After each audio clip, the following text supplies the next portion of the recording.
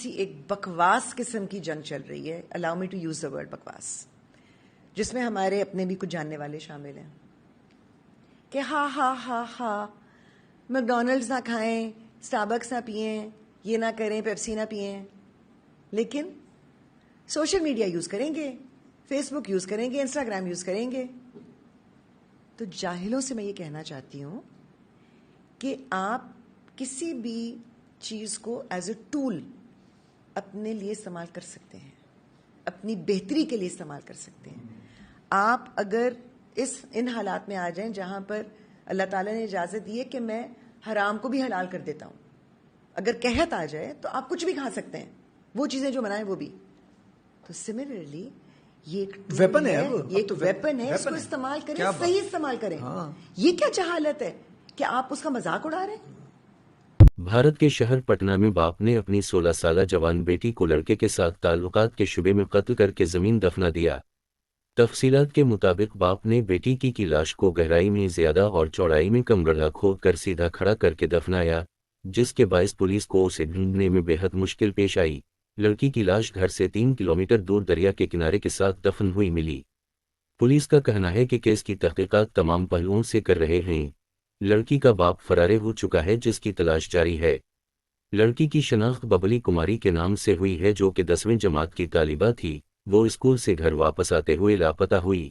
اہل محلہ یہ معاملہ پولیس کے پاس لے کر گئے, جس کے بعد لڑکی کی تلاش شروع کی گئی. ایک اطلاع پر پولیس نے زمین میں دفنائی گئی لڑکی کی لاش برآمد کر لی. پولیس کو یہ دیکھ کر حیرانگی ہوئی کہ لڑکی کو سیدھا کھڑا کر کے دفنایا گیا تھا تاکہ پولیس کو گمراہ کیا جا سکا. پولیس کا کہنا تھا کہ لڑکی کی لاش کو سیدھا دفنانے کے باعث ہمیں اسے تلاش کرنے میں بہت مشکل پیش آئی اور کئی گھنٹے کارروائی جاری رکھنی پڑی. اہل علاقہ نے پولیس کو بتایا کہ لڑکی کا ایک لڑکے کے ساتھ تعلق تھا اور اس کے گھر والوں کو یہ ناپسند تھا. آپ یہ سوچتے ہوں گے کہ عرب ممالک کیوں نہیں فلسطین کا ساتھ دیتے ہیں. ایران, ترکی, قطر اور سعودی عرب جو اتنا مالدار ہے, ان کے پاس فوج ہے, فائٹر پلین ہے, اور سب سے بڑھ کر پیسہ ہے. وہ اگر چاہیں تو فلسطین کی مدد کر سکتے ہیں. ایران کے صدر ابراہیم رئیسی, سعودی کے فرمانروا پرنس محمد بن سلمان اور ترکی کے صدر ایردگان اور قطر کے امیر کیوں نہیں فلسطین کے لیے کھل کر سامنے آتے ہیں؟ وہ آخر ڈرتے کیوں ہے؟ تو ڈرنے کی سب سے بڑی وجہ ہم بتاتے ہیں. آپ تو یہ جانتے ہی ہیں کہ اسرائیل کی کوئی حیثیت نہیں ہے اگر اس کو امریکہ مدد نہ کرے تو. اگر اس کا امریکہ ساتھ چھوڑ دے تو وہ 2 دن بھی گلف میں نہیں ٹک پائے گا. مگر امریکہ تو امریکہ ہے.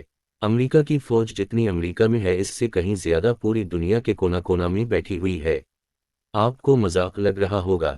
واشنگٹن کی امریکن یونیورسٹی کے پولیٹیکل انتھروپولوجی کے پروفیسر ڈیوڈ وائن کے مطابق جولائی 1202 تک دنیا کے اسی ممالک میں امریکہ کے ساتھ 150 فوجی اڈے قائم ہیں.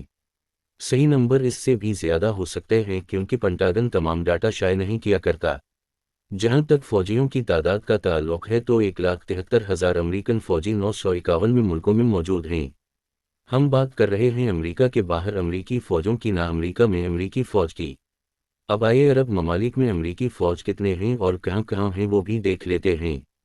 Kuwait 13,500, Bahrain 9,000, Qatar 8,000, Saudi Arabia 5,000, United Arab Emirates 3,500, Iraq 2,500, Jordan 1,500, Oman 500, Lebanon 200, Syria 200. یہی نہیں, ترکی کے اندر بھی امریکن بیس موجود ہے جہاں پر American Air Force 50 fighter jet کے ساتھ موجود ہے. امریکہ کا گلف میں سب سے بڑا بیس قطر میں واقع ہے. یہاں لدید ایئر بیس ہے, یہ 60 ایکڑ پر مشتمل ہے, جہاں سب سے زیادہ فائٹر پلین موجود ہیں. یہاں 100 فائٹر جیٹ موجود ہیں اور اسلحہ سے لیس 8,000 امریکن ایئر فورس ہر وقت تیار بیٹھا ہے. یہ امریکہ کا گلف میں سب سے بڑا ایئر بیس ہے. سمجھیے یہ امریکہ کے ایئر فورس کا گلف مین ہیڈ کوارٹر ہے. بحرین, یہاں امریکہ کا سب سے بڑا 5واں نیوی فلیٹ کا ہیڈ کوارٹر ہے, جو 1991 سے کام کر رہا ہے. 7,000 نیوی فوجی یہاں ہیں اور امریکن بحری بیرق خلیفہ بن سلمان پورٹ پر کھڑا ہوا ہے, جس کے اوپر سینکڑوں فائٹر جیٹ موجود ہیں.